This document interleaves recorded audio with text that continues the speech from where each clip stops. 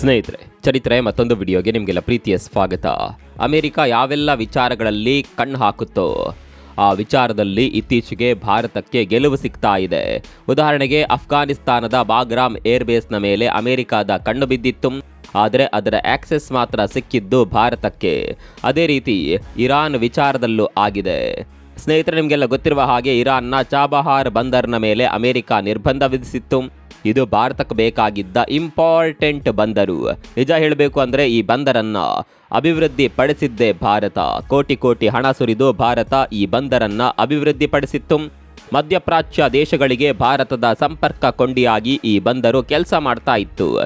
ಇಂತಹ ಬಂದರಿನ ಮೇಲೆ ನಿರ್ಬಂಧ ವಿಧಿಸುತ್ತೆ ಅಮೆರಿಕ. ಇದರಿಂದ ಇರಾನ್ನ ಮೇಲೆ ಎಷ್ಟು ಪರಿಣಾಮ ಆಗಿದೆಯೋ ಗೊತ್ತಿಲ್ಲ, ಆದರೆ ಭಾರತದ ಮೇಲೆ ದೊಡ್ಡ ಪರಿಣಾಮಗಳೇ ಆಗಿದೆ. ಇದನ್ನು ಭಾರತ ಕೂಡ ದೊಡ್ಡ ಮಟ್ಟದಲ್ಲೇ ವಿರೋಧ ಮಾಡಿತ್ತು. ಹೀಗಾಗಿ ಭಾರತದ ಒತ್ತಡಕ್ಕೆ ಮಣಿದ ಅಮೆರಿಕ ಈಗ ಚಾಬಹಾರ್ ಬಂದರ್ನ ವಿಚಾರದಲ್ಲಿ ದೊಡ್ಡದೊಂದು ನಿರ್ಧಾರ ತೆಗೆದುಕೊಂಡಿದೆ. ಅಮೆರಿಕ ತೆಗೆದುಕೊಂಡಿರುವ ಈ ನಿರ್ಧಾರ ಜಾಗತಿಕ ಮಟ್ಟದಲ್ಲಿ ಭಾರತದ ಶಕ್ತಿ ಸಾಮರ್ಥ್ಯ ಎಂಥದ್ದು ಅನ್ನೋದಕ್ಕೆ ಸಾಕ್ಷಿಯಾಗಿದೆ. ಮತ್ತೊಂದು ಕಡೆಯಲ್ಲಿ ಭಾರತ ಹಾಗೂ ಅಫ್ಘಾನಿಸ್ತಾನ ನಡುವಿನ ಸಂಬಂಧಕ್ಕೆ ಕೂಡ ಇದು ಬೂಸ್ಟ್ ನೀಡಲಿದೆ. ಅಷ್ಟಕ್ಕೂ ಚಾಬಹಾರ್ ಬಂದರ್ನ ವಿಚಾರದಲ್ಲಿ ಅಮೆರಿಕ ಯಾವ ನಿರ್ಧಾರ ತೆಗೆದುಕೊಂಡಿದೆ, ಇದರಿಂದ ಭಾರತಕ್ಕಾಗುವ ಲಾಭಗಳೇನು, ಭಾರತ ಹಾಗೂ ಅಫ್ಘಾನಿಸ್ತಾನದ ಸಂಬಂಧ ವೃದ್ಧಿಗೆ ಇದು ಯಾವ ರೀತಿ ಸಹಾಯ ಮಾಡುತ್ತೆ, ಎಲ್ಲವನ್ನ ಡೀಟೇಲ್ ಆಗಿ ತೋರಿಸ್ತೀವಿ ನೋಡಿ.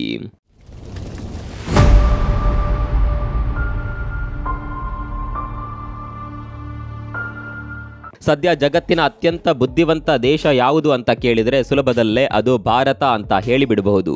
ಯಾಕಂದರೆ ಭಾರತದ ವಿರುದ್ಧ ಎಂತಹ ಚಕ್ರವ್ಯೂಹ ನಿರ್ಮಾಣ ಮಾಡಿದ್ರು ಆ ಚಕ್ರವ್ಯೂಹದಿಂದ ಭಾರತ ಸುಲಭದಲ್ಲೇ ಹೊರಬರುತ್ತೆ. ಅಂತಹ ಚಾಣಾಕ್ಷ ತಂತ್ರ ಭಾರತ ಮಾಡ್ತಾ ಇದೆ. ಅಮೆರಿಕ ಭಾರತದ ಮೇಲೆ ಏನೆಲ್ಲ ತಂತ್ರಗಳನ್ನು ಹೂಡಿತ್ತು ಅನ್ನೋದನ್ನ ಜಗತ್ತು ನೋಡಿದೆ.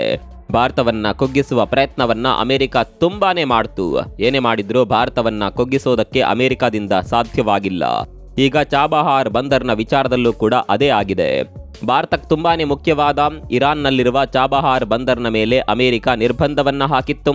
ಇದರಿಂದ ಭಾರತಕ್ಕೆ ಮಧ್ಯಪ್ರಾಚ್ಯ ದೇಶಗಳ ಸಂಪರ್ಕವೇ ಕಡಿತವಾಗುವ ಸಾಧ್ಯತೆ ಇದೆ. ಅದರಲ್ಲೂ ಪ್ರಮುಖವಾಗಿ ಅಫ್ಘಾನಿಸ್ತಾನದ ಜೊತೆ ವ್ಯಾಪಾರ ಸಂಪೂರ್ಣವಾಗಿ ನಿಂತು ಹೋಗುವ ಸಾಧ್ಯತೆ ಇತ್ತು. ಹಿಂದೆಲ್ಲ ಪಾಕಿಸ್ತಾನ ಮಾರ್ಗವಾಗಿ ಭಾರತ ಹಾಗೂ ಅಫ್ಘಾನಿಸ್ತಾನದ ನಡುವೆ ವ್ಯಾಪಾರ ನಡೀತಾ ಇತ್ತು, ಆದರೆ ಈಗ ಪರಿಸ್ಥಿತಿ ಸಂಪೂರ್ಣವಾಗಿ ಬದಲಾಗಿದೆ. ಭಾರತ ಹಾಗೂ ಪಾಕಿಸ್ತಾನ ನಡುವಿನ ಸಂಬಂಧ ಸಂಪೂರ್ಣವಾಗಿ ಹದಗೆಟ್ಟಿದೆ. ಎರಡೂ ದೇಶಗಳು ಸಂಪರ್ಕವನ್ನ ಕಡಿತಗೊಳಿಸಿದ್ದಾವೆ. ಹೀಗಾಗಿ ಪಾಕಿಸ್ತಾನ ಮಾರ್ಗವಾಗಿ ಅಫ್ಘಾನಿಸ್ತಾನಕ್ಕೆ ಹೋಗೋದಕ್ಕೆ ಸಾಧ್ಯವಾಗುವುದಿಲ್ಲ. ಹೀಗಾಗಿ ಭಾರತ ಇರಾನ್ನ ಚಾಬಹಾರ್ ಬಂದರ್ನ ಮೂಲಕ ಅಫ್ಘಾನಿಸ್ತಾನದ ಜೊತೆ ವ್ಯಾಪಾರ ಮಾಡ್ತಾ ಇತ್ತು. ಇದನ್ನ ಸಹಿಸಿಕೊಳ್ಳೋದಕ್ಕೆ ಅಮೆರಿಕಕ್ಕೆ ಆಗೋದಿಲ್ಲ. ಇದರ ಜೊತೆಗೆ ಇರಾನ್ನ ಜೊತೆಗಿನ ಮುನಿಸು ಕೂಡ ಅಮೆರಿಕವನ್ನ ಚಾಬಹಾರ್ ಮೇಲೆ ನಿರ್ಬಂಧ ಹೇರೋದಕ್ಕೆ ಪ್ರೇರೇಪಿಸುತ್ತೆ. ಆದರೆ ಭಾರತ ಇದನ್ನ ವಿರೋಧಿಸುತ್ತೆ. ನಾವು ಅಭಿವೃದ್ಧಿಪಡಿಸಿದ ಬಂದರ್ನ ಮೇಲೆ ನಿಯಂತ್ರಣವನ್ನ ಹೇರಬಾರ್ದು, ತೆರವುಗೊಳಿಸಬೇಕು ಅಂತ ಭಾರತ ಹೇಳಿತ್ತು. ಇದೀಗ ಭಾರತದ ಒತ್ತಡಕ್ಕೆ ಮಣಿದ ಅಮೆರಿಕ ಚಾಬಹಾರ್ ಬಂದರ್ನ ಮೇಲಿನ ನಿರ್ಬಂಧವನ್ನ ತೆರವುಗೊಳಿಸಿದೆ. 6 ತಿಂಗಳುಗಳ ಕಾಲ ಬಂದರ್ನ ವಿಚಾರದಲ್ಲಿ ವಿನಾಯಿತಿಯನ್ನ ನೀಡಿ ಆದೇಶ ಹೊರಡಿಸಿದೆ. ಅಷ್ಟೇ ಅಲ್ಲ, ಭಾರತಕ್ಕೆ ಈ ಬಂದರನ್ನ ಅಭಿವೃದ್ಧಿಪಡಿಸೋದಕ್ಕೆ ಕೂಡ ಅಮೆರಿಕ ಅವಕಾಶ ನೀಡಿದೆ. ಒಂದು ವೇಳೆ ಅಮೆರಿಕ ಇಂಥದ್ದೊಂದು ಅವಕಾಶವನ್ನ ನೀಡದೇ ಇರ್ತಿದ್ರೆ ಭಾರತದ ಕೋಟ್ಯಂತರ ರೂಪಾಯಿ ಹಣ ನೀರಿನಲ್ಲಿ ಹೋಮ ಮಾಡಿದ ರೀತಿ ಆಗ್ತಾ ಇತ್ತು. ಇದೆಲ್ಲ ಸರಿಯಪ್ಪ, ಚಾಬಹಾರ್ ಬಂದರು ಭಾರತಕ್ಕೆ ಇಷ್ಟೊಂದು ಪ್ರಾಮುಖ್ಯ ಯಾಕೆ, ಅದರಲ್ಲೂ ಭಾರತ ಯಾಕೆ ಇಷ್ಟೊಂದು ಹಣ ಹಾಕಿ ಅಭಿವೃದ್ಧಿ ಮಾಡ್ತಾ ಇದೆ ಅನ್ನುವ ಪ್ರಶ್ನೆ ನಿಮ್ಮ ಮನಸ್ಸಿನಲ್ಲೂ ಕೂಡ ಮೂಡಿರಬಹುದು. ಅದಕ್ಕೆ ಹಲವಾರು ಕಾರಣಗಳಿದೆ. ಅದರಲ್ಲಿ ಪ್ರಮುಖ ಕಾರಣ ಈ ಬಂದರಿನ ಲೊಕೇಶನ್. ನಿಮಗೆಲ್ಲ ಗೊತ್ತಿರುವ ಹಾಗೆ ಈ ಬಂದರು ಇರೋದು ಇರಾನ್ನಲ್ಲಿ. ಹೀಗಾಗಿ ಬಂದರು ಭಾರತಕ್ಕೆ ಮಧ್ಯಪ್ರಾಚ್ಯ ಹಾಗೂ ಅಫ್ಘಾನಿಸ್ತಾನ ದೇಶಗಳಿಗೆ ಸಂಪರ್ಕ ಕಲ್ಪಿಸುವ ಹೆಬ್ಬಾಗಿಲು ಅಂದರೂ ತಪ್ಪಾಗೋದಿಲ್ಲ. ಈ ಬಂದರಿನ ಮೂಲಕ ಅಫ್ಘಾನಿಸ್ತಾನಕ್ಕೆ ಕೂಡ ಹೋಗಬಹುದು, ಮಧ್ಯಪ್ರಾಚ್ಯ ದೇಶಗಳಿಗೆ ಕೂಡ ಇಲ್ಲಿಂದ ಸುಲಭದಲ್ಲೇ ಹೋಗಬಹುದು. ಜೊತೆಗೆ ವ್ಯಾಪಾರವನ್ನ ಕೂಡ ಸುಲಭದಲ್ಲೇ ಮಾಡಬಹುದು. ಒಂದು ವೇಳೆ ಬಂದರು ನಮ್ಮ ಕಂಟ್ರೋಲ್ನಲ್ಲಿ ಇಲ್ಲದೆ ಇರ್ತಾ ಇದ್ರೆ ನಾವು ಅಫ್ಘಾನಿಸ್ತಾನಕ್ಕೆ ಸುತ್ತಿ ಬಳಸಿ ಹೋಗಬೇಕಾಗಿ ಬರ್ತಾ ಇತ್ತು. ಮಧ್ಯಪ್ರಾಚ್ಯದ ದೇಶಗಳ ಜೊತೆಗಿನ ವ್ಯಾಪಾರ ಕೂಡ ಕಷ್ಟವಾಗ್ತಾ ಇತ್ತು. ಮಧ್ಯ ಏಷ್ಯಾಗೂ ಕೂಡ ಸುಲಭದಲ್ಲೇ ಈ ಬಂದರಿನ ಮೂಲಕ ಸಂಪರ್ಕ ಸಾಧಿಸಬಹುದು. ಹೇಗೋ ಅಫ್ಘಾನಿಸ್ತಾನ ಭಾರತದ ಜೊತೆ ಉತ್ತಮ ಸಂಬಂಧವನ್ನ ಹೊಂದಿದೆ. ಇನ್ನು ಚಾಬಹಾರ್ ಬಂದರು ಹಾಗೂ ಭಾರತದ ನಡುವಿನ ಸಂಬಂಧ ಬೆಸೆದುಕೊಂಡಿದ್ದು ಹೇಗೆ ಅನ್ನೋದನ್ನ ನೋಡೋದಾದರೆ 2003ರಲ್ಲಿ ಚಾಬಹಾರ್ ಬಂದರ್ನ ವಿಚಾರದಲ್ಲಿ ಭಾರತ ಹಾಗೂ ಇರಾನ್ ನಡುವೆ ಮಾತುಕತೆ ನಡೆಯುತ್ತೆ. ಹಾಗಂತ ಭಾರತ ಇರಾನ್ ಅನ್ನ ಅಪ್ರೋಚ್ ಮಾಡಿತ್ತು ಅಂತ ಅಂದುಕೊಳ್ಳಬೇಡಿ. ಈ ವಿಚಾರದಲ್ಲಿ ಭಾರತ ಇರಾನ್ ಅನ್ನ ಅಪ್ರೋಚ್ ಮಾಡಿರಲಿಲ್ಲ. ಬದಲಾಗಿ ಇರಾನ್ ನಮ್ಮ ಬಂದರನ್ನ ನಿರ್ವಹಣೆ ಮಾಡಿ ಅಂತ ಭಾರತಕ್ಕೆ ಆಫರ್ ಕೊಟ್ಟಿತ್ತು. ಇರಾನ್ ಇಂಥದ್ದೊಂದು ಅಪ್ರೋಚ್ ಮಾಡ್ತಾ ಇದ್ದಂತೆ ಭಾರತಕ್ಕೆ ಲಡ್ಡು ಬಂದು ಬಾಯಿಗೆ ಬಿದ್ದ ಹಾಗೆ ಆಗಿತ್ತು. ಆದರೆ ಈ ಒಪ್ಪಂದ ಕಾರ್ಯನಿರ್ವಹಣೆಯ ಹಂತಕ್ಕೆ ಬರುವಾಗ ಸ್ವಲ್ಪ ಟೈಮ್ ಹಿಡಿಯುತ್ತೆ. ಕಾರಣ ಆಗಲೂ ಅಮೆರಿಕ ಇರಾನ್ನ ಮೇಲೆ ನಿರ್ಬಂಧವನ್ನು ಹಾಕಿತ್ತು. ಹೀಗಾಗಿ ಈ ಒಪ್ಪಂದ ಕಾರ್ಯರೂಪಕ್ಕೆ ಬರೋದಕ್ಕೆ 10 ವರ್ಷಗಳು ಬೇಕಾಗುತ್ತೆ. ಅಂದರೆ ಭಾರತ 2013ರಲ್ಲಿ ಬಂದರಿನ ಅಭಿವೃದ್ಧಿಗೆ $100 ಮಿಲಿಯನ್ ನೀಡಲು ಒಪ್ಪಿಗೆ ಸೂಚಿಸಿತು. 2016ರಲ್ಲಿ ಭಾರತದ ಪ್ರಧಾನಿ ನರೇಂದ್ರ ಮೋದಿ ಇರಾನ್ಗೆ ಭೇಟಿ ನೀಡಿದ ಸಂದರ್ಭದಲ್ಲಿ ಈ ಯೋಜನೆಗೆ ಮತ್ತಷ್ಟು ವೇಗ ಸಿಗುತ್ತೆ. ಆಗ Bharat Chabahar ಬಂದರಿನ Shahid Beheshti terminal ಅಭಿವೃದ್ಧಿಗೆ ಹೆಚ್ಚುವರಿ $85 ಮಿಲಿಯನ್ ನೀಡಲು ಅನುಮತಿ ನೀಡುತ್ತೆ.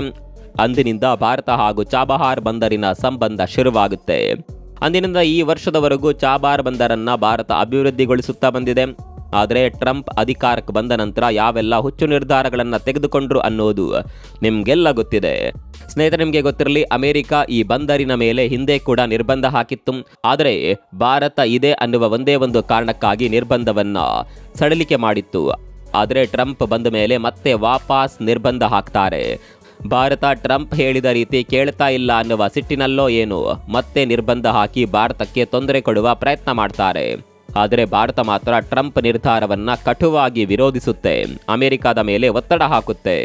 ಇದೀಗ ಭಾರತದ ಒತ್ತಡಕ್ಕೆ ಮಣಿದ ಅಮೆರಿಕ ನಿರ್ಬಂಧವನ್ನು ವಾಪಸ್ ತೆಗೆದುಕೊಂಡು 6 ತಿಂಗಳುಗಳ ಕಾಲ ಬಂದರನ್ನು ತಮಗಿಷ್ಟ ಬಂದ ಹಾಗೆ ಉಪಯೋಗಿಸಲು ಅವಕಾಶ ಮಾಡಿಕೊಟ್ಟಿದೆ.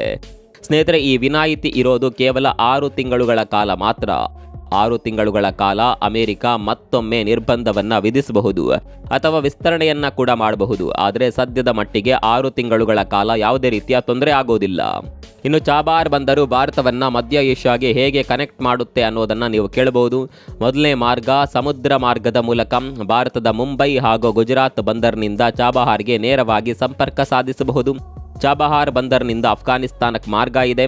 ಇಲ್ಲಿ ರೈಲ್ವೆ ಮಾರ್ಗದ ಮೂಲಕ ಹಾಗೂ ರಸ್ತೆ ಮಾರ್ಗದ ಮೂಲಕ ವಸ್ತುಗಳನ್ನು ಸಾಗಣೆ ಮಾಡಬಹುದು. ಸ್ನೇಹಿತರೆ, ಭಾರತ ಅಫ್ಘಾನಿಸ್ತಾನದ ಒಳಗೆ ತನ್ನದೇ ಆದ ಹೈವೇಯನ್ನ ಕೂಡ ನಿರ್ಮಾಣ ಮಾಡಿದೆ. ಈ ಮಾರ್ಗವನ್ನ ಕೂಡ ಭಾರತ ಇಲ್ಲಿ ಬಳಸಿಕೊಳ್ಳುತ್ತೆ. ಇಲ್ಲಿಂದ ಮಧ್ಯ ಏಷ್ಯಾಗೆ ಕೂಡ ಸುಲಭದಲ್ಲೇ ಸಂಪರ್ಕ ಕಲ್ಪಿಸಬಹುದು. ಅಲ್ಲಿಗೆ ಇಲ್ಲಿವರೆಗೆ ಪಾಕಿಸ್ತಾನ ಮಾರ್ಗವಾಗಿ ಸಂಪರ್ಕ ಸಾಧಿಸುತ್ತಿದ್ದ ದೇಶಗಳಿಗೆ ಈಗ ಚಾಬಹಾರ್ ಬಂದರಿನ ಮೂಲಕ ಸುಲಭದಲ್ಲೇ ಸಂಪರ್ಕ ಸಾಧಿಸಬಹುದು. ಪಾಕಿಸ್ತಾನದ ಅಗತ್ಯ ನಮಗೆ ಬೀಳೋದೇ ಇಲ್ಲ. ಇದರಿಂದ ಮಧ್ಯ ಏಷ್ಯಾ ದೇಶಗಳ ಜೊತೆಗಿನ ವ್ಯಾಪಾರಕ್ಕೆ ಒಳ್ಳೆಯದು. ಜೊತೆಗೆ ಅಫ್ಘಾನಿಸ್ತಾನದ ಜೊತೆ ಕೂಡ ಸಂಬಂಧ ಸುಧಾರಣೆಗೂ ಸಹಾಯವಾಗುತ್ತೆ. ಇದೆಲ್ಲ ಸರಿ, ಅಮೆರಿಕ ಅಷ್ಟು ಸುಲಭದಲ್ಲಿ ಭಾರತದ ಒತ್ತಡಕ್ಕೆ ಮಣಿದು ಬಿಡ್ತಾ ಅನ್ನುವ ಪ್ರಶ್ನೆ ನಿಮ್ಮ ಮನಸ್ಸಿನಲ್ಲಿ ಮೂಡಿರಬಹುದು. ಇಲ್ಲಿ ಕೂಡ ಅಮೆರಿಕ ಲೆಕ್ಕಾಚಾರಗಳನ್ನು ಹಾಕಿದೆ. ಭಾರತವನ್ನು ಎದುರು ಹಾಕ್ಕೊಂಡ್ರೆ ತೊಂದರೆಯೇ ಹೆಚ್ಚು ಅನ್ನೋದು ಅಮೆರಿಕಾಗೂ ಗೊತ್ತಾಗಿದೆ. ಮತ್ತೊಂದು ಕಡೆ ಚೀನಾವನ್ನು ಎದುರಿಸಬೇಕು ಅಂದರೆ ಭಾರತದ ಅಗತ್ಯ ಇದೆ ಅನ್ನೋದು ಕೂಡ ಅಮೆರಿಕಾಗೆ ನಿಧಾನವಾಗಿ ಅರಿವಾಗೋದಕ್ಕೆ ಶುರುವಾಗಿದೆ. ಹೀಗಾಗಿ ಇಲ್ಲಿ ವಿನಾಯಿತಿ ಕೊಟ್ಟು ಭಾರತದ ಹತ್ತಿರವಾಗುವ ಪ್ರಯತ್ನವನ್ನು ಅಮೆರಿಕ ಮಾಡ್ತಾ ಇದೆ. ಏಷ್ಯಾ ಭಾಗದಲ್ಲಿ ತನ್ನ ಹಿಡಿತ ಸಾಧಿಸಬೇಕು ಅಂದರೆ ಭಾರತ ಹಾಗೂ ಚೀನಾ ಎಂಬ 2 ದೈತ್ಯ ಶಕ್ತಿಗಳನ್ನು ಎದುರು ಹಾಕ್ಕೊಂಡ್ರೆ ಉಳಿಗಾಲ ಇಲ್ಲ ಅನ್ನೋದು ಅಮೆರಿಕಾಗೆ ಚೆನ್ನಾಗಿಯೇ ಗೊತ್ತಾಗಿದೆ. ಹೀಗಾಗಿ ಭಾರತದ ಜೊತೆ ಸಂಬಂಧವನ್ನು ಸುಧಾರಿಸುವ ಪ್ರಯತ್ನವನ್ನು ಅಮೆರಿಕ ಮಾಡ್ತಾ ಇದೆ. ಅದೇನೇ ಇರಲಿ, ಅಮೆರಿಕ ಈಗ ಭಾರತದ ದಾರಿಗೆ ಬಂದ ರೀತಿ ಕಾಣಿಸ್ತಾ ಇದೆ. ಈ ಬದಲಾವಣೆಗಳ ಬಗ್ಗೆ ನಿಮ್ಗೆ ಏನನ್ಸುತ್ತೆ ಕಾಮೆಂಟ್ ಮಾಡಿ. ಮತ್ತೊಂದು ವಿಡಿಯೋದಲ್ಲಿ ಸಿಗೋಣ. ಅಲ್ಲಿವರೆಗೂ ನಮಸ್ಕಾರ.